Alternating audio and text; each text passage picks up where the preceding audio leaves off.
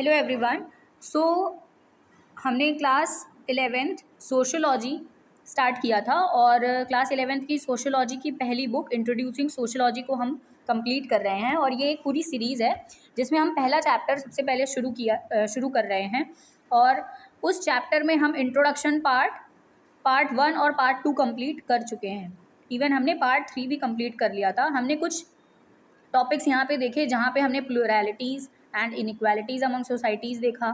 फिर हमने hunger as a social issue देखा कि हंगर की प्रॉब्लम कितनी ज़्यादा है, भुखमरी जिसको बोलते हैं, जिसकी वजह से 2005 में जो कि डेटा रिवील किया गया है हमारी बुक में, क्रॉनिक हंगर की वजह से कितने लोगों की मृत्यु हो गई थी उस समय। तो ये सारी चीज़ें हमने देखी। फिर हमने C.W. राइट मील्स का भी एक एग्जाम्पल देखा जो उन्होंने दिया है कि जो वो बोलते हैं कि कैसे उन्होंने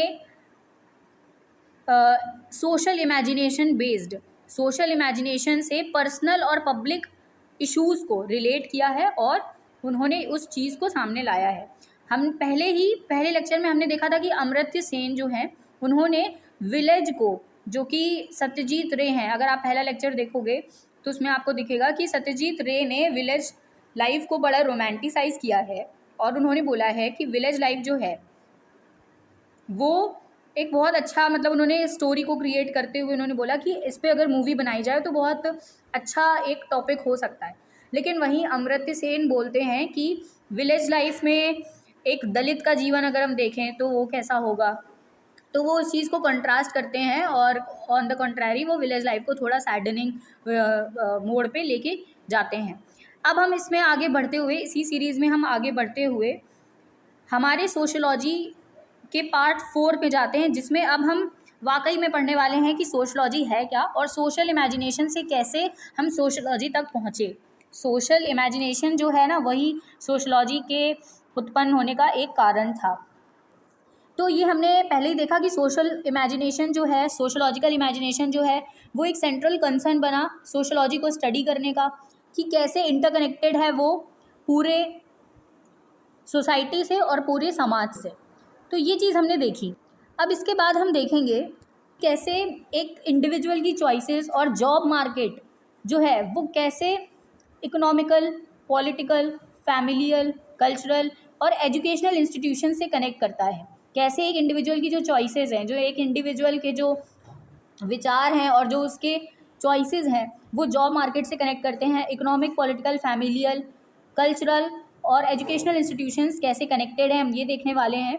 और इनमें क्या कंस्ट्रेंट है, मतलब क्या रेस्ट्रिक्शंस आते हैं, क्या प्रॉब्लम्स आती हैं, वो भी हम देखने वाले हैं। हम सोशोलॉजी को स्टडी क्यों कर रहे हैं? क्योंकि सोशोलॉजी जो है वो स्टडी करती है ह्यूमन सोशल लाइफ की, ग्रुप्स की और सोसाइटीज़ की। तो सोशोलॉजी को स्टडी करना इसीलिए इम्पॉर्टेंट है क्योंकि वो ग्रुप्स, सोसाइटीज़ और लाइफ की स्टडी करती है। और इस चीज़ से हमें ये समझ में आता है कि सोशोलॉजी को पढ़ना बहुत इंपॉर्टेंट हो जाता है। Sociology is not the first subject to do so. और सोशोलॉजी ये पहला सब्जेक्ट नहीं है जिसने इस चीज़ के बारे में स्टडी किया। अब जैसे ह्यूमन लाइफ के बारे में और भी सब्जेक्ट्स हैं जिन्होंने स्टडी किया, जैसे आप हिस्ट्री को ले लो।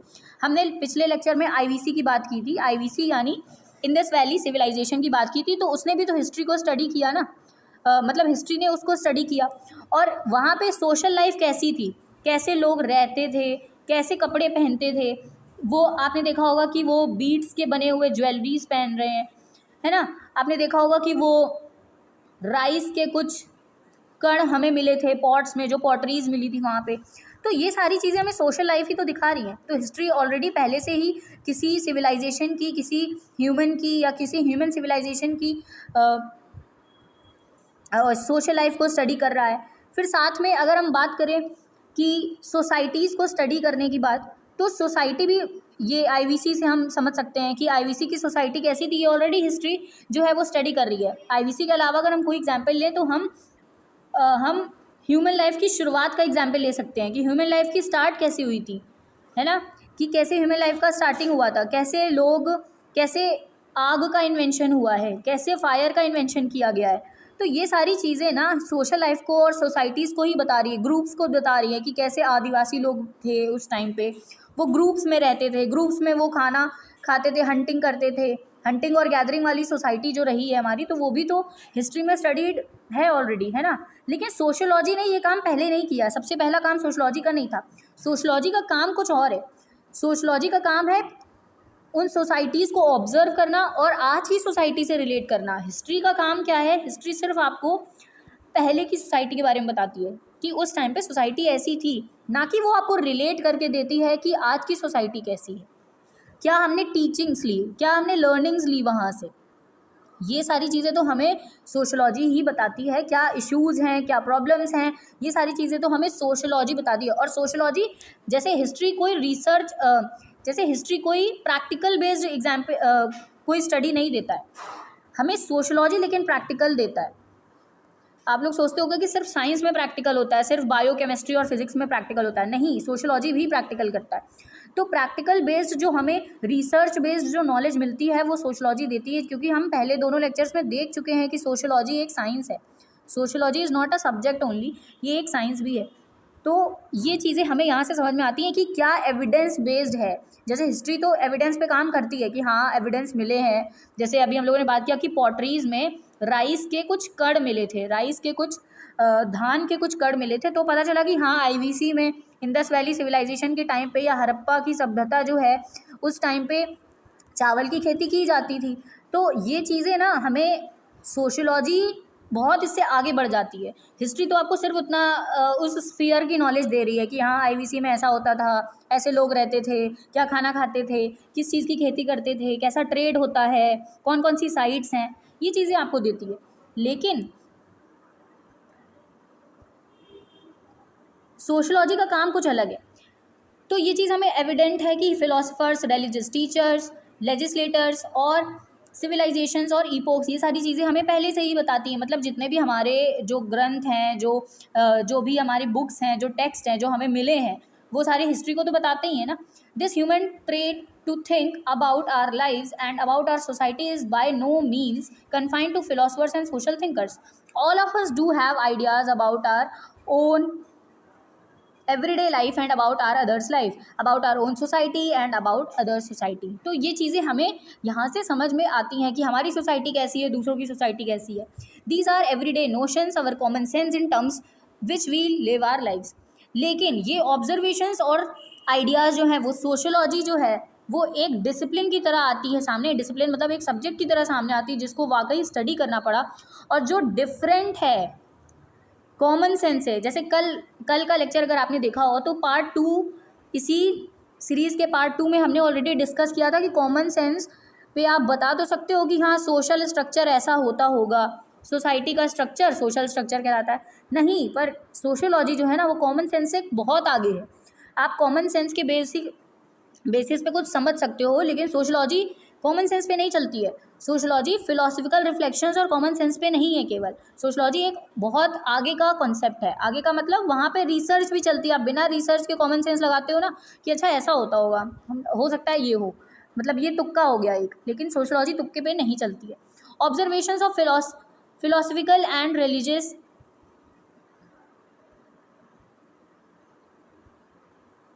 and religious thinkers are often about what is moral or immoral in human behavior, about the desirable way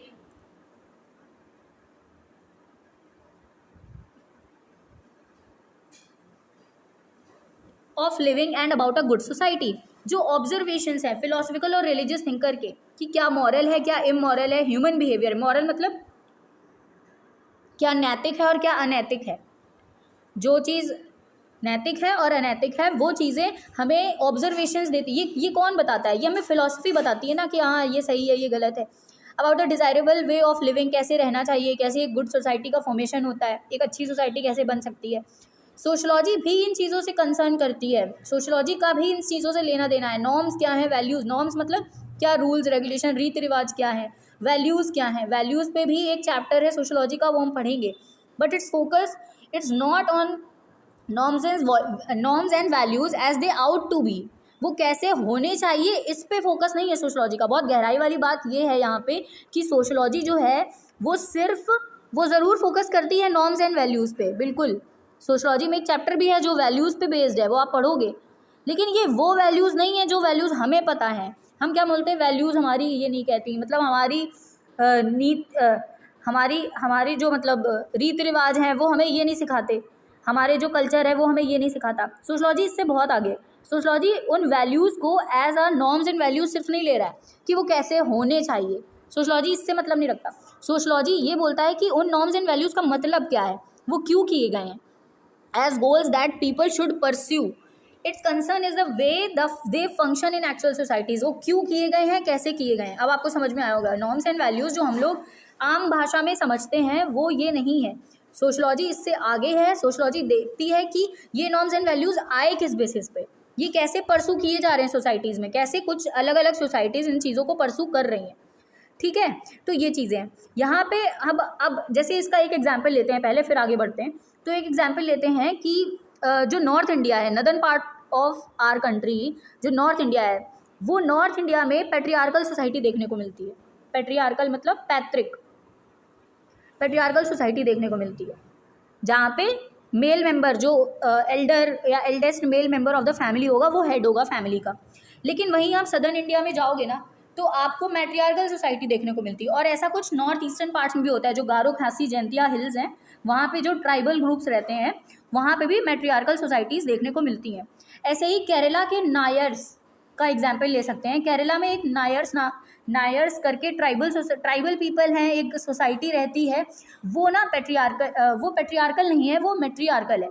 तो केरला साउथ इंडिया में आता है ना, तो सदर्न इंडिया वाली जो सोसाइटीज़ हैं वो मैट्रियार्कल हैं, वहाँ पे जो फीमेल मेंबर है वो हेड मानी जाती है। ठीक है, अब कुछ सोशलॉजिस्ट इसको भी कंट्रास्ट करते हुए बोलते हैं, इसको भी क्रिटिसाइज़ करते हैं और बोलते हैं कि नहीं, फीमेल मेंबर हम लोग, वो सोसाइटीज़ तो मैट्रियार्कल हैं, लेकिन एट द एंड देखा जाए तो मैट्रियार्कल नेचर की होने के बावजूद वहाँ पे हेड जो है वो एक मेल मेंबर ही है। इसका मतलब सोसाइटीज़ जो है वो मैट्रियार्कल नहीं है, सोसाइटीज़ जो हैं वो पैट्रियार्कल ही हैं। मैट्रियार्कल हम इसलिए बोल रहे हैं क्योंकि वो देखने में सिर्फ मैट्रियार्कल लग रही हैं। ठीक है, इस चीज़ को हम आगे पढ़ेंगे, लेकिन अभी आप सिर्फ इतना समझ लो कि नदर्न इंडिया में पैट्रियार्कल सोसाइटीज़ रहती हैं। और अगर मैट्रियार्कल सोसाइटीज़ की बात करें तो वो कुछ नॉर्थ ईस्टर्न पार्ट्स में, और जैसे गारो खासी जयंतिया वाला जो रीजन है वहाँ पे, और केरला वाले रीजन जो नायर्स वाला है सदर्न इंडिया में देखने को मिलती है। इसके आगे अगर हम बढ़ें तो हम ये देखेंगे कि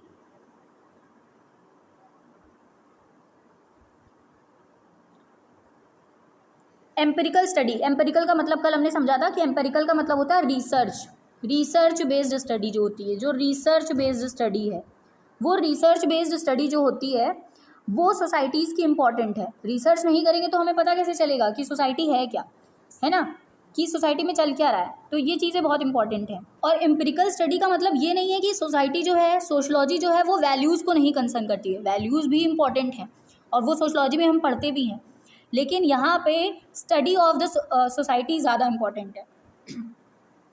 सोशलॉजिस्ट जो हैं वो क्या करते हैं, वो ऑब्जर्व करते हैं और फिर फाइंडिंग्स कलेक्ट करते हैं। फाइंडिंग्स मतलब वो कुछ चीज़ें खोजते हैं, कुछ चीज़ें निकालते हैं जो उनकी पर्सनल लाइकिंग पे बेस्ड नहीं है।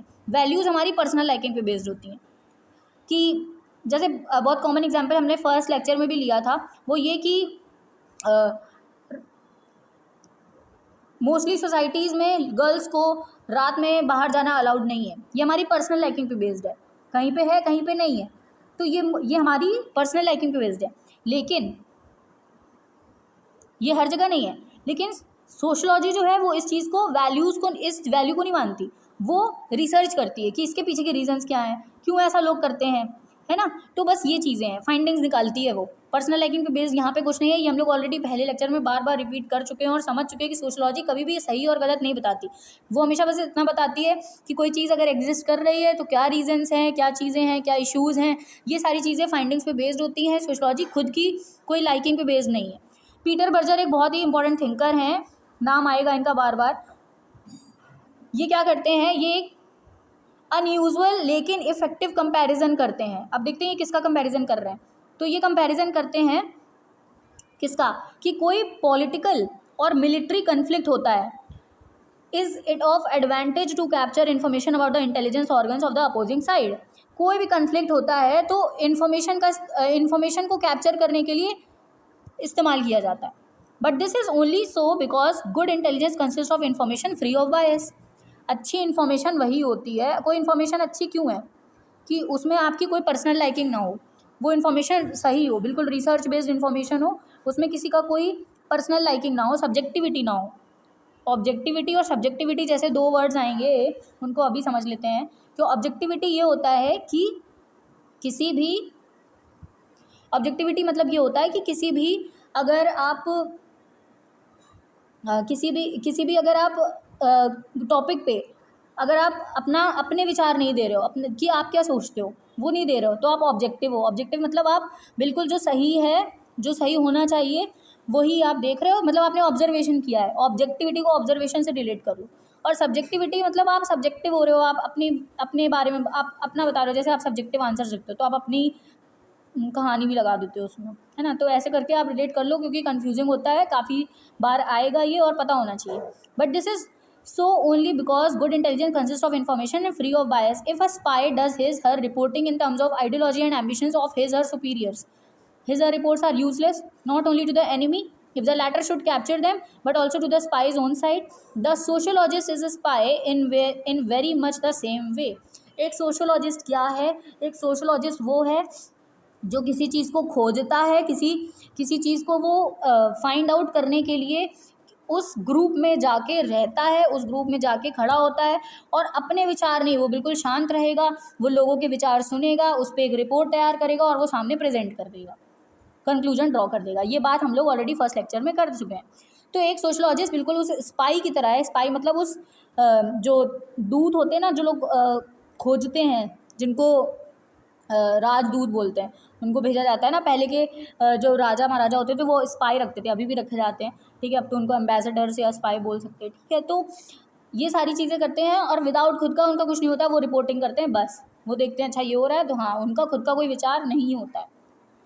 वरना अगर कोई उनकी सब्जेक्टिविटी होगी तो फिर वो रिपोर्ट सही नहीं बनेगी ना, वो रियलिटी को प्रेजेंट नहीं करेगी सामने, ठीक है। But also to the spies own side, तो वो कोई मैटर नहीं करेगी, वो सही नहीं होगी रिपोर्ट, तो कोई वो वर्थ इट नहीं है।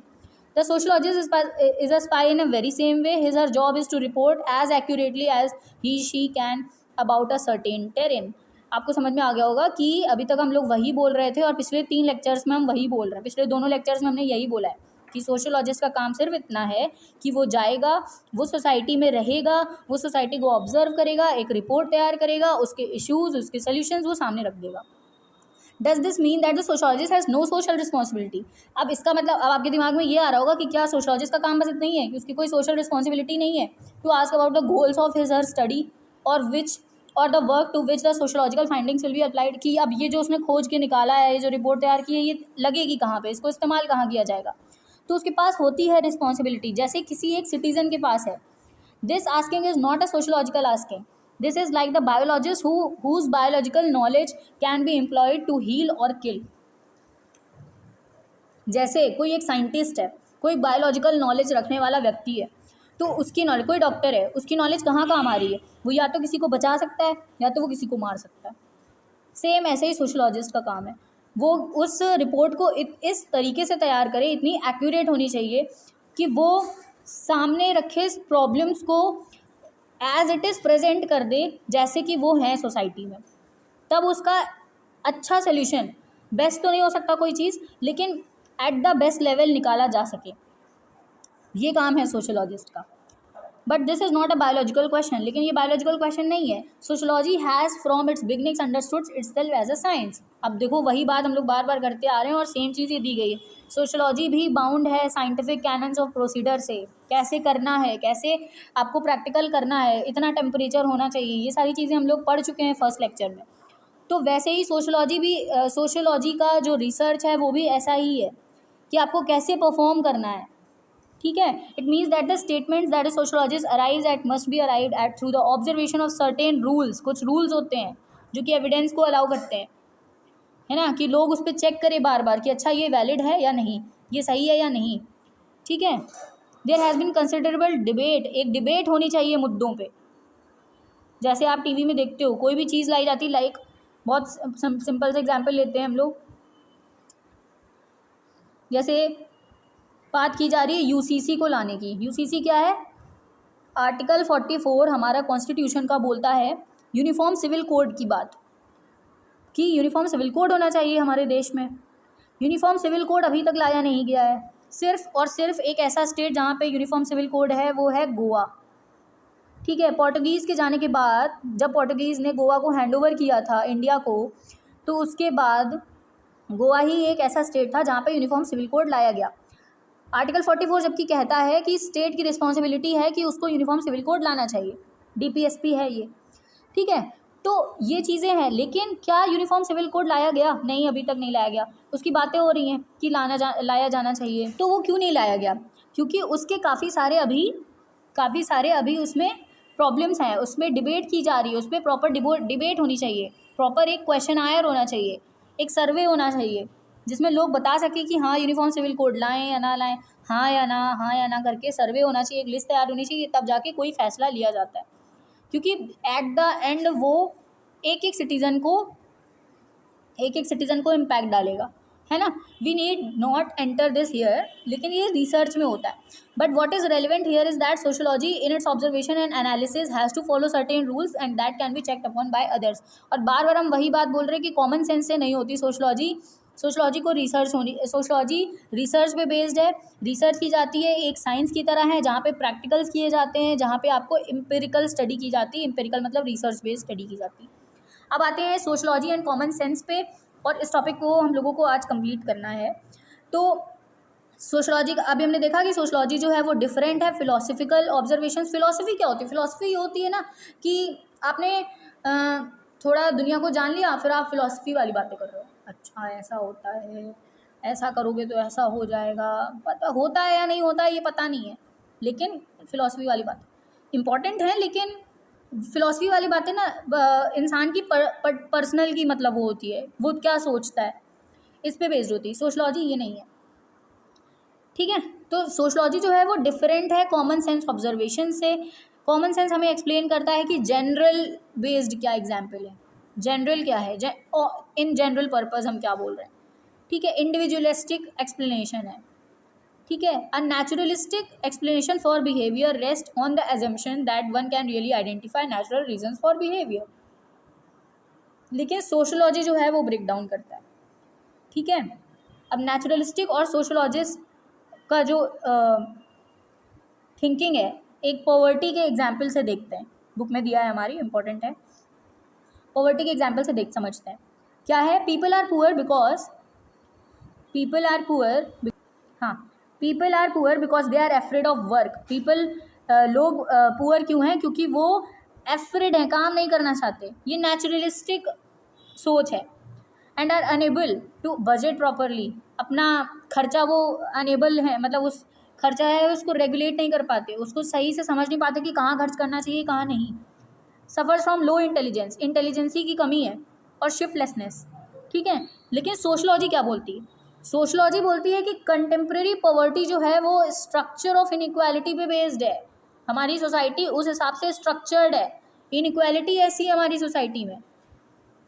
इनइक्वालिटीज़ मतलब असमानता, जिसके लिए हमारा आर्टिकल 14 है, राइट टू इक्वालिटी देता है। असमानता नहीं हो तो लोग पुअर ना हों।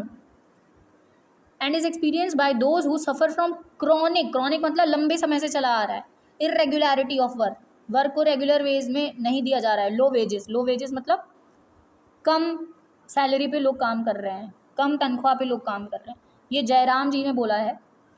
अनएक्सपेक्टेड कनेक्शंस क्या हैं? अनएक्सपेक्टेड कनेक्शंस देखिए, इसको पढ़ना बहुत ज़रूरी है। क्यों ज़रूरी है समझते हैं। In many societies, including in many parts of India, the line of descent and inheritance passes from father to son. Line of descent and inheritance एक father से एक son पे pass out होता है। This is understood as a patrilineal system, है ना। patrilineal system यही तो है जिसकी बात अभी हम लोगों ने की, patriarchy जिसको बोल रहे हैं।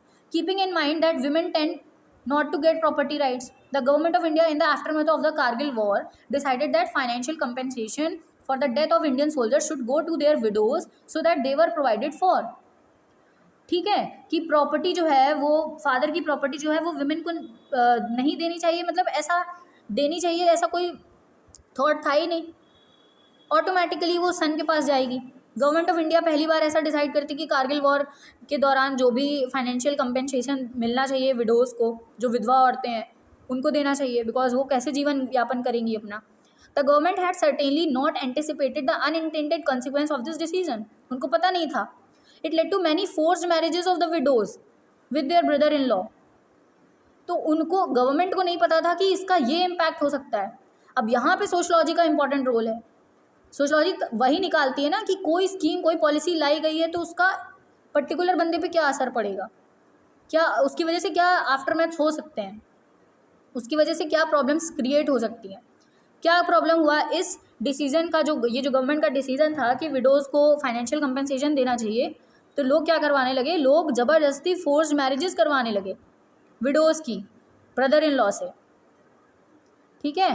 इन some cases the brother in law was young child and the sister-in-law as a young woman. This was to ensure that a compensation remained with the deceased man's patrilineal family. तो आप देख सकते हो कि समाज किस तरह से सोचता है, और ये चीज़ निकालना, ये चीज़ को फाइंड आउट करना एक सोशलॉजिस्ट का काम है, ठीक है। क्या आप इसके देखो, एक क्वेश्चन आपको तुरंत दिया जाता है, can you think of other such unintended consequences of such social action और स्टेट मेजर, क्या इसका कोई अनइंटेंडेड कॉन्सिक्वेंस और हो सकता है। अनइंटेंडेड मतलब जो सरकार ने ना सोचा हो लेकिन हो रहा हो सकता है, ये आपको सोचना है। तो ये सोशलॉजिस्ट का काम यही तो है, सबसे इंपॉर्टेंट काम है कि किसी भी डिसीजन का क्या अनइंटेंडेड कॉन्सिक्वेंस हो सकता है, सही होगा या गलत होगा ये तो बाद में पता चल ही जाएगा। Scientific procedures can be understood only if we go back in time and understand the context of social situation within which the sociological perspective emerged as a sociology was greatly influenced by the great developments in modern science। जो हमने देखा कि scientific development जो भी चीज़ें हैं वो हमें उसके लिए हिस्ट्री में जाना पड़ता है और फिर हम विथ टाइम उसको रिलेट करते हैं आज के समय से। अब आते हैं इंटेलेक्चुअल आइडियाज़। इंटेलेक्चुअल का मीनिंग हम लोग पहले ही लेक्चर में देख चुके हैं, दोबारा से समझते हैं कि इंटेलेक्चुअल का मीनिंग ये होता है कि कोई भी चीज़ में, किसी भी टॉपिक में आप डिफरेंट लोगों के विचार जानो, एक विचार को खुद बनाओ और प्रेजेंट करो, ये इंटेलेक्चुअल आइडियाज़ होते हैं, जिसमें आपने हर तरह से काफ़ी सारे विचारों को लेकर अपने विचार प्रकट किए, ठीक है। काफ़ी सारी चीज़ों को जानने की कोशिश करना इंटेलेक्चुअल है। Intellectual ideas that went into the making of sociology. अब कुछ इंटेलेक्चुअल आइडियाज़ आते हैं जिन्होंने एट द एंड सोशलॉजी को बनाया। Influenced by scientific theories of natural evolution and findings about pre modern societies. Pre modern मतलब modernity की शुरुआत होने की बिल्कुल जो शुरुआती वाली सोसाइटीज़ हैं, जो कि made by early travellers, colonial administrators, sociologist and social anthropologist. भाई सोशलॉजी की शुरुआत जो है ना वो वेस्टर्न सोसाइटी से ही हुई है, फ्रांस में, फिर उसके बाद ब्रिटेन में हम देखने को मिलते हैं कुछ थिंकर्स, फ्रांस में देखने को मिलते हैं। तो सोशलॉजी की शुरुआत भी वहीं से हुई है। फ्रेंच रिवॉल्यूशन एक मेन कारण था, वो हम पढ़ेंगे आगे। तो ये क्या करते हैं, सोसाइटीज़ को कैटेगराइज करते हैं कुछ टाइप्स में, हिस्सों में बांटते हैं सोसाइटीज़ को, और डिस्टिंग्विश करते हैं कि कैसे किसी सोसाइटी में कोई सोसाइटी कई सारे स्टेजेस से गुजरी है ऑफ सोशल डेवलपमेंट। और ये चीज़ें हमें 19th सेंचुरी में फिर से देखने को मिलती हैं with the early sociologist August Comte, जिनके बारे में हमने ऑलरेडी देखा था लेक्चर में, और हमने ये पिछले वीडियोस में देखा है कि ऑगस्ट कॉम्टे जो हैं वो डेवलपर हैं सोशलॉजी के as a science. August Comte founder हैं सोशलॉजी के। Karl Marx and Herbert Spencer, Karl Marx के बारे में भी हम लोग थोड़े बात कर चुके हैं। और हर्बर्ट स्पेंसर जो हैं, ये जो डार्विन है ना, डार्विनिज्म की थ्योरी को लेते हैं। डार्विन जिन्होंने बायोलॉजिकल ह्यूमन इवोल्यूशन के बारे में थ्योरी दी है, और उनकी थ्योरी का इस्तेमाल करते हुए हर्बर्ट स्पेंसर उसी इवोल्यूशन थ्योरी का इस्तेमाल करते हुए कुछ अपने व्यूज़ प्रेजेंट करते हैं और इवोल्यूशन थ्योरी देते हैं। डिफरेंट टाइप्स ऑफ सोसाइटीज़ को इन्होंने ऑब्जर्व किया और कुछ सोसाइटीज़ को कुछ स्टेजेस में सोसाइटीज़ को बांटा और उन्होंने स्टेजेस ऑफ डेवलपमेंट देखे। Types of pre modern societies such as hunter and gatherers, pastoral and agrarian and non industrial civilisations. तो सोसाइटी कुल मिलाकर दो हिस्सों में आराम से बांटी जा सकती है। पहला हिस्सा क्या है, अगर हम इस हिसाब से सोसाइटी को डिवाइड करें, सोसाइटी है तो इसका फर्स्ट हिस्सा जो होगा वो एग्रीकल्चर वाली सोसाइटी होगी, जिसको हम लोग फ्यूडल सोसाइटी भी बोल सकते हैं, जो हमने आगे पिछले लेक्चर्स में देखा है। एग्रीकल्चर सोसाइटी है ये।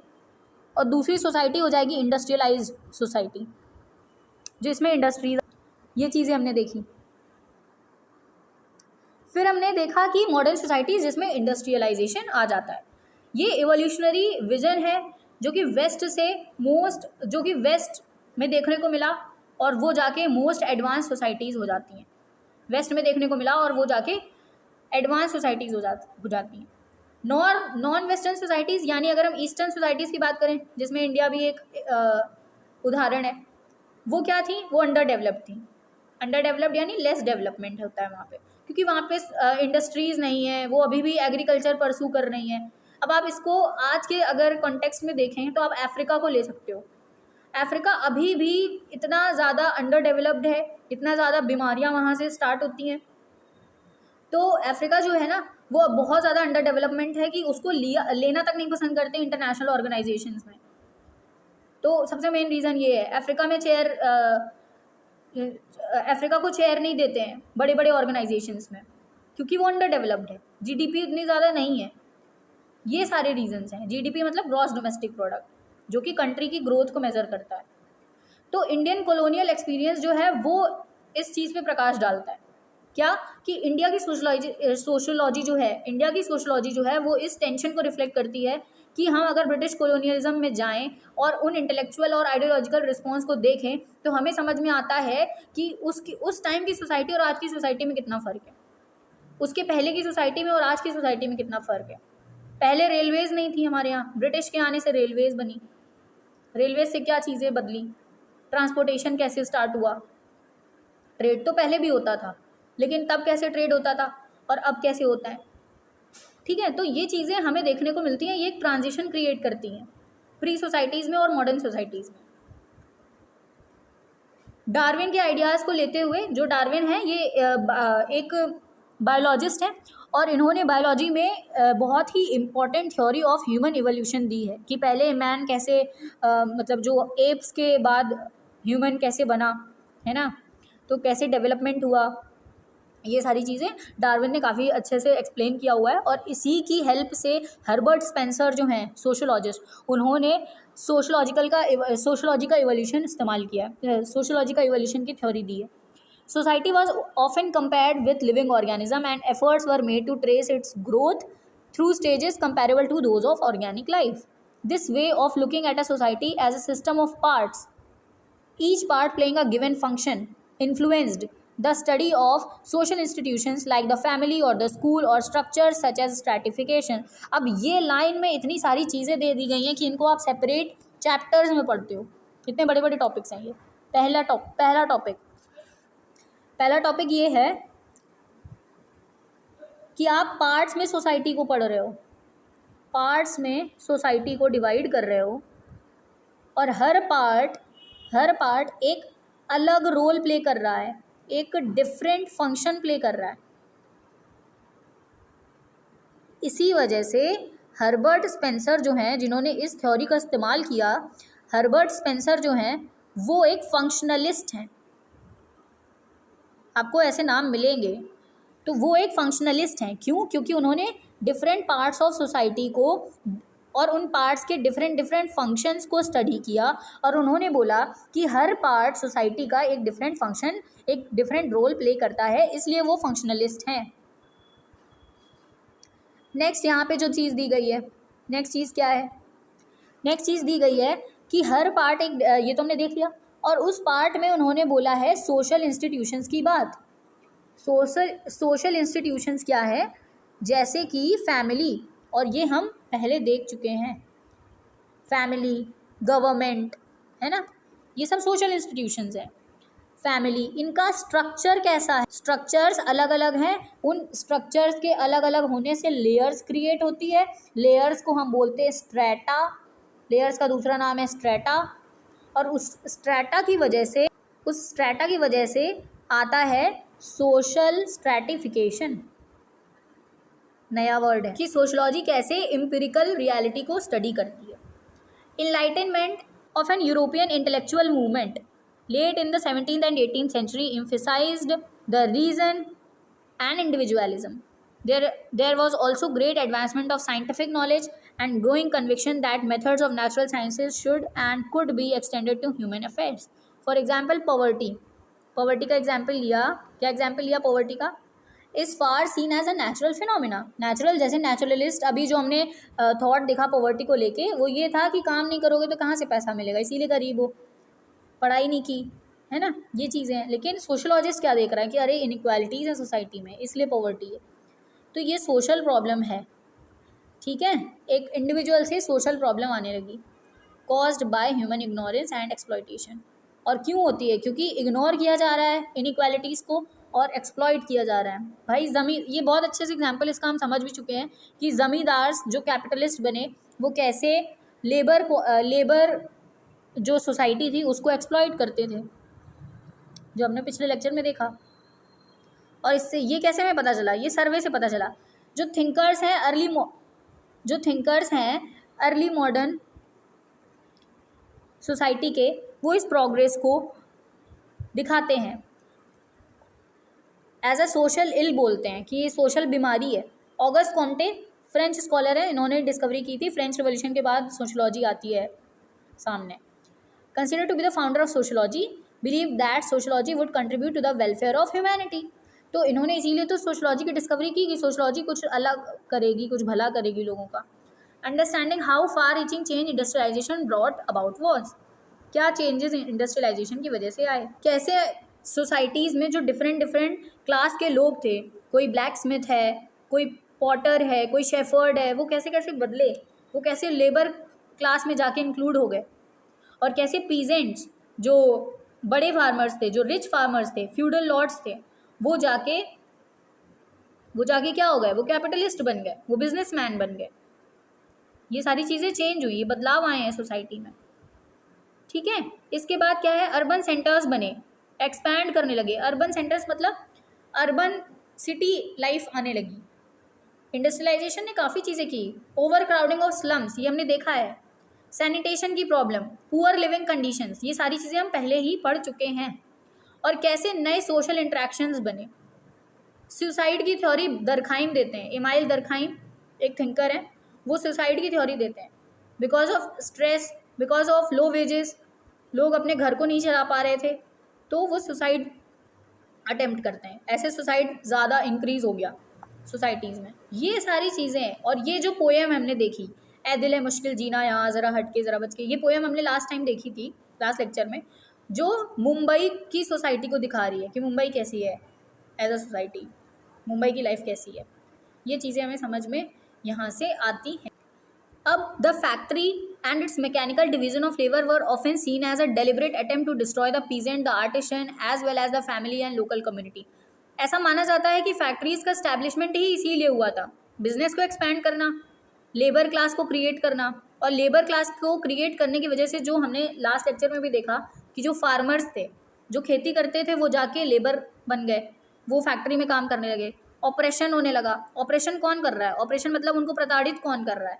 उनको प्रताड़ित करेगी कैपिटल क्लास, कैपिटलिस्ट क्लास, जो बिजनेसमैन है वो, क्योंकि उनको कम वेजेस दे रहे हैं, उनको सैलरी कम मिल रही है और उनका काम भी छूट चुका है, और वो साथ साथ अपनी फैमिली को चला नहीं पा रहे हैं और पुअर कंडीशंस में काम कर रहे हैं, 12-12 घंटे वो जॉब कर रहे हैं और उनको वो चीज़ें नहीं मिल रही हैं, वो सेल्फ सेटिस्फैक्शन नहीं मिल रहा है। फैक्ट्री का काम ही यही है कि उन चीज़ों को, उन लोगों को वो और ज़्यादा ऑप्रेस्ड करे। और कार्ल मार्क्स जो है ना, ये सबसे ज़्यादा इम्पॉर्टेंट थिंकर हैं, क्योंकि ये कैपिटलिस्ट क्लास को इतना ज़्यादा क्रिटिसाइज़ करते हैं और वो बोलते हैं कि धीरे धीरे सोसाइटी जो है ना वो कैपिटलाइज्ड हो जाएगी, वो कैपिटलाइज्ड हो जाएगी। इसका मतलब बिजनेस क्लास ज़्यादा आगे आ जाएगी और रिच और पुअर का जो गैप है वो वाइडन हो जाएगा। यानी रिच और पुअर जो हैं, जो रिच क्लास है और पुअर क्लास है, उनके बीच का जो गैप है ना वो बढ़ता चला जाएगा। रिच और ज़्यादा बढ़ते चले जाएंगे, पुअर और ज़्यादा घटते चले जाएंगे, यानी पुअर और ज़्यादा पुअर होता चला जाएगा। ये कौन कह रहा है? ये कार्ल मार्क्स कह रहे हैं और बहुत इंपॉर्टेंट चीज़ बोल के गए हैं ये, जो आज की सोसाइटी में भी वैलिड है, आप देख भी रहे होगे।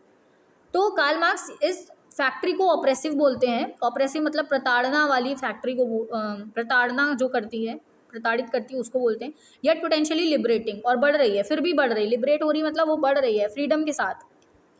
Here workers learn both collective functioning as well as concerted efforts for better conditions. और यहाँ पे वर्कर्स जो है ना लगातार काम कर रहे हैं, बेटर कंडीशंस की मांग कर रहे हैं। नया काम आने के साथ साथ बहुत ज़्यादा काम हो जाता है, 12-12 घंटे लोग जॉब करते हैं, टाइम इज़ नाउ मनी। अब टाइम इतना ज़्यादा क्रूशल, भाई जिस चीज़ के लिए आप काम कर रहे हो उसके लिए समय ही नहीं बच रहा है, तो आपका समय जो है ना वो कीमती हो जाएगा ना तो वो पास किया जा रहा है, ना तो वो खर्च किया जा रहा है, और वो खर्च कहाँ किया जा रहा है, इस काम में।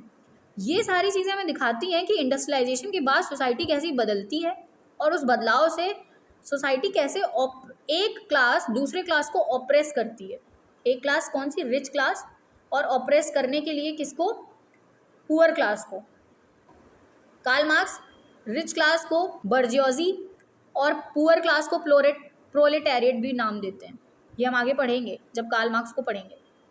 ये सारी चीज़ें हमने यहाँ पे देखी। अब हमारा पार्ट बचा है part 8, why should we study the beginning and growth of sociology in Europe. क्यों पढ़ना चाहिए, क्योंकि यूरोपियन सोसाइटी से ही तो सोशोलॉजी की शुरुआत हुई है।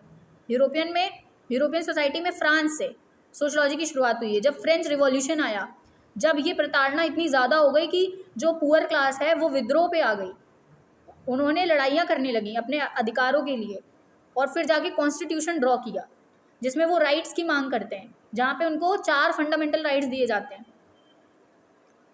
और उसमें राइट टू वोट एक बहुत अहम भूमिका निभाता है, जो कि यूनिवर्सल एडल्ट फ्रेंचाइजे का अधिकार है। तो यहाँ पे फिर विमेन भी अपने अधिकारों की मांग करने लगती हैं, जहाँ पे औरतें अपने अधिकारों की मांग कर रही हैं।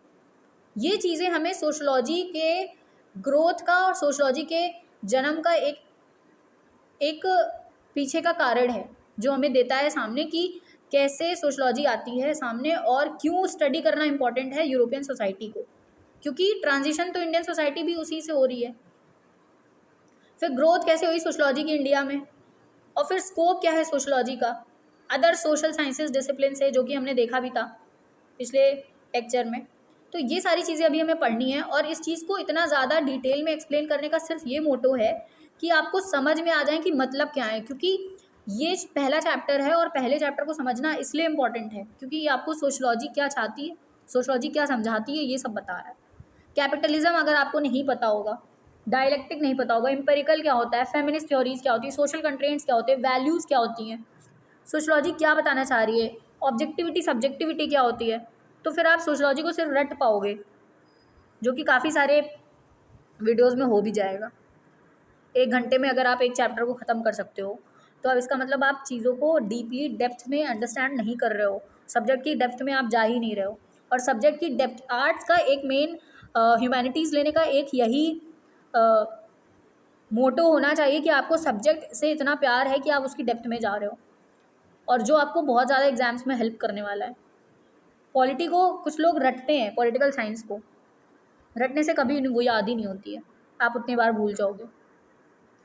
You have to go into the depth, और उस चीज़ के लिए आपको समय देना पड़ेगा। सब्जेक्ट 1 घंटे में ये चैप्टर कंप्लीट हो सकता था अगर आप सिर्फ पहले से पढ़ चुके हो, और आपको इसके बारे में पता है सारी चीज़ें, आपको पता है सब्जेक्टिविटी क्या होती है, ऑब्जेक्टिविटी क्या होती है, एम्पेरिकल स्टडीज़ क्या होती हैं, स्ट्रक्चर क्या होता है, स्ट्रैटिफिकेशन क्या होता है। अगर आपको ये चीज़ें पता है तो बहुत ईजिली ये चैप्टर नोट्स के थ्रू 1 घंटे में कंप्लीट किया जा सकता है। But in the depth study करने के लिए आपको लाइन टू लाइन जाना पड़ेगा एनसीईआरटी में, और उस चीज़ को आप ईजिली समझ पाओ, विद इंटरेस्ट समझ पाओ, विद एग्जाम्पल्स के साथ समझ पाओ, इसलिए ये वीडियो बनाया गया, इसलिए ये सीरीज़ स्टार्ट की गई है। So I hope you like this video, and if you like this, so like the video, और सब्सक्राइब कर लो चैनल को, और शेयर कर दो अपने दोस्तों को, एंड साथ ही साथ वो जो पिछले 2 वीडियोज़ हैं उनको जाके देख लो। और इसके बाद हम नेक्स्ट जो इसके पार्ट्स हैं उसको कंप्लीट करेंगे नेक्स्ट वीडियो में। एंड तब तक के लिए bye bye, take care and have a great learning.